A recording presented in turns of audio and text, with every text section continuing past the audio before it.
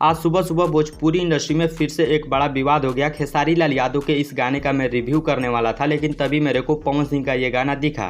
सबसे पहले आप ये गाना सुनिए। अब खेसारी लाल यादव का सुनिए।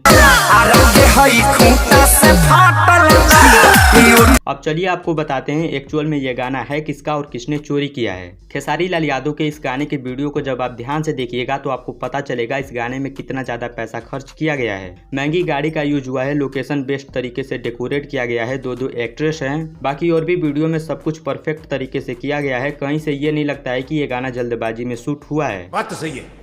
लेकिन जब आप पवन सिंह के इस गाने के वीडियो को देखिएगा तो आपको पता चलेगा इस गाने को कितना जल्दबाजी में शूट किया गया है। सबसे पहले आप इस गाने के वीडियो क्वालिटी पे ध्यान दीजिएगा। इस साल जितने भी पवन सिंह के गाने आए हैं उन सभी गानों से इसका वीडियो क्वालिटी गंदा है। दूसरा, इस गाने में ज्यादा पैसा खर्च करने का कोशिश नहीं किया गया है। सारा शूटिंग का काम एक ही लोकेशन से हुआ है और जब गाना चोरी का हो 2 से 3 घंटे में शूटिंग कंप्लीट करके रिलीज करना हो तो पैसा ज्यादा खर्च करने का जरूरत क्या है। खेसारी लाल यादव के इस गाने का पहले फोटो वायरल हुआ, उसके बाद इस गाने का पोस्टर आया, फिर आया इस गाने का टीजर, उसके बाद इस गाने का रिलीजिंग डेट दिया गया कि 5 तारीख को सुबह 6 बजे इस गाने को रिलीज किया जाएगा। लेकिन पवन सिंह के इस गाने के साथ ऐसा कुछ भी नहीं हुआ, डायरेक्ट वीडियो सॉन्ग रिलीज हो गया। गाने का सिर्फ पंच लाइन कॉपी नहीं है, पूरा का पूरा गाना कॉपी हो चुका है। चूहा के काटल बा जीवा जाता से चूहा के काटल बा जीवा जाता से। गाना चोरी हुआ ये तो बात की बात है, लेकिन पवन सिंह और उनकी टीम ने ये जो लड़की के साथ किया है ना वो बहुत गलत है। जानवी दुबे इनका नाम है, जो कुछ दिन पहले रील पे ट्रेंड कर रही थी। पवन सिंह ने इनको मौका दिया और मौका देना बहुत अच्छी बात है, लेकिन चोरी के गाने में ये ठीक नहीं हुआ।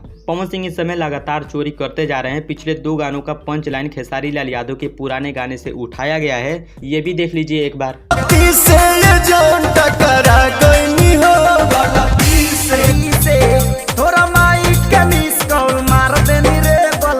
बाकी दोस्तों, गाना किसने ये चोरी किया है, किसका ये अपना गाना है, अभी तक कोई भी ऐसा अपडेट नहीं दिया गया है जिससे यह भरोसा किया जा सकता है कि ये गाना इनका है। लेकिन पवन सिंह के गाने को जिस तरीके से रिलीज किया गया बिना पोस्टर बिना रिलीजिंग डेट, उसको देख के ऐसा लगता है कि पवन सिंह ने ही कुछ गड़बड़ किया है। मैं दोनों गानों को सुना और सच बता रहा हूँ दोस्तों, पवन सिंह के इस गाने को जब आप सुनिएगा तो आपको ऐसा फील होगा कि पवन सिंह इस गाने को जबरदस्ती गा रहे हैं।